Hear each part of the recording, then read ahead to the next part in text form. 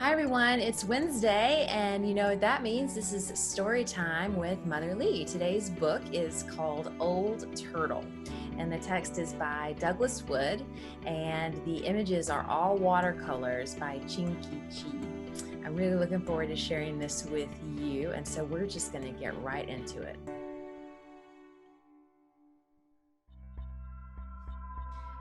Douglas Wood, the author, dedicates this story to his sons, Brian and Eric, and to children of all ages who love turtles and rocks and rivers and other living things. And the artist, Cheng-Khee Chee, dedicates the paintings to his children and to Bee, who has always encouraged him to make time to paint. Once, long, long ago, yet somehow not so very long, when all the animals and rocks and winds and waters and trees and birds and fish and all the beings of the world could speak and understand each other, there began an argument. It began softly at first, quiet as the first breeze that whispered, "He is a wind who is never still." Quiet as the stone that answered, "He is a great rock that never moves." Gentle as the mountain that rumbled, "God is a snowy peak high above the clouds." And the fish in the ocean that answered, "God is a swimmer in the dark blue depths of the sea." "No," said the star, "God is a twinkling and a shining far, far away." "No," replied the ant, "God is a sound and a smell and a feeling who is very, very close." "God," insisted the antelope, "is a runner, swift and free, who loves to leap and race with the wind." "She is a great tree," murmured the willow, "a part of the world, always growing and always giving." "You are wrong," argued the island. "God is separate and apart. God is like the shining sun, far above all things," added the blue sky. "No, he is a river who flows through the very heart of things," thundered the waterfall. "She is a hunter," roared the lion. "God is gentle," chirped the robin. "He is powerful," growled the bear.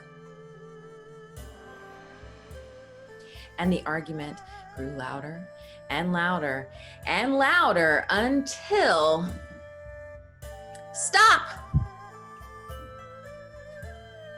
A new voice spoke. It rumbled loudly like thunder, and it whispered softly like butterfly sneezes. The voice seemed to come from, it seemed to come from Old Turtle. Old Turtle hardly ever said anything, and certainly never argued about God. But now Old Turtle began to speak. "God is indeed deep," she said to the fish in the sea, "and much higher than high," she told the mountains.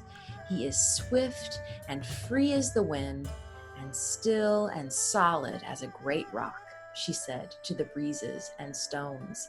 "She is the life of the world," Turtle said to the willow, "always close by, yet beyond the farthest twinkling light," she told the ant and the star. "God is gentle and powerful, above all things and within all things. God is all that we dream of and all that we seek," said Old Turtle, "and all that we come from and all that we can find. God is." Old Turtle had never said so much before. All the beings of the world were surprised and became very quiet. But Old Turtle had one more thing to say. "There will soon be a new family of beings in the world," she said, and they will be strange and wonderful. They will be reminders of all that God is. They will come in many colors and shapes, with different faces and different ways of speaking. Their thoughts will soar to the stars, but their feet will walk the earth. They will possess many powers. They will be strong yet tender, a message of love from God to the earth, and a prayer from the earth back to God. And the people came.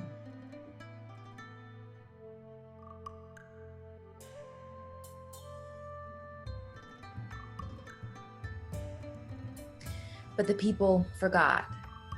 They forgot that they were a message of love and a prayer from the earth. And they began to argue about who knew God and who did not, and where God was and was not, and whether God was or was not. And often the people misused their powers and hurt one another or killed one another.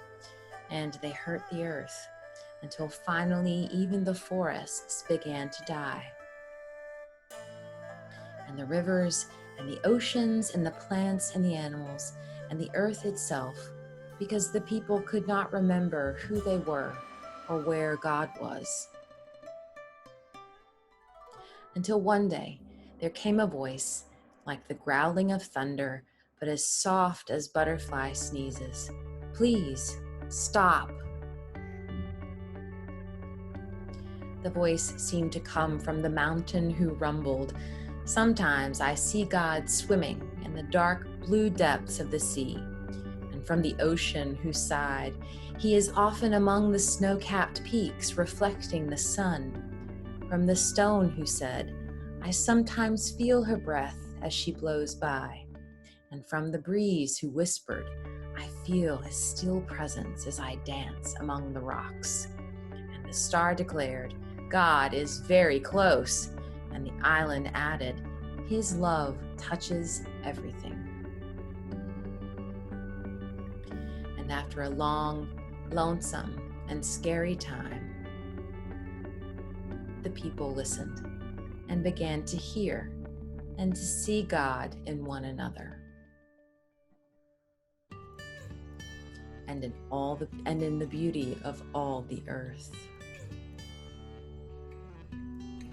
And Old Turtle smiled.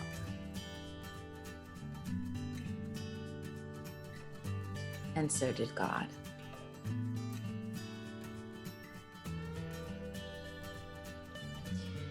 This is the end of the book, but I've added a few pictures of an old turtle who wandered up into my yard last week that I thought you might enjoy. This is a real life old turtle. We think she was trying to lay some eggs, and I managed to get this close-up of her tail, which really gives us a glimpse, I think, of what dinosaurs were like. Their skin, pretty scaly. There's a claw. I think she's pretty clawsome. Like awesome. We named her Myrtle, and you can see there a little close-up of her face. She was a big, big, old turtle. I hope you'll join me next week for The Gruffalo. This is another loan from Zoe B. and Georgie Mortimer, and it's by Julia Donaldson and Axel Scheffler. And as always, I really look forward to sharing that book with you next week here on Storytime. I hope you have a really wonderful day. Stay cool, and we'll see you really soon. Bye.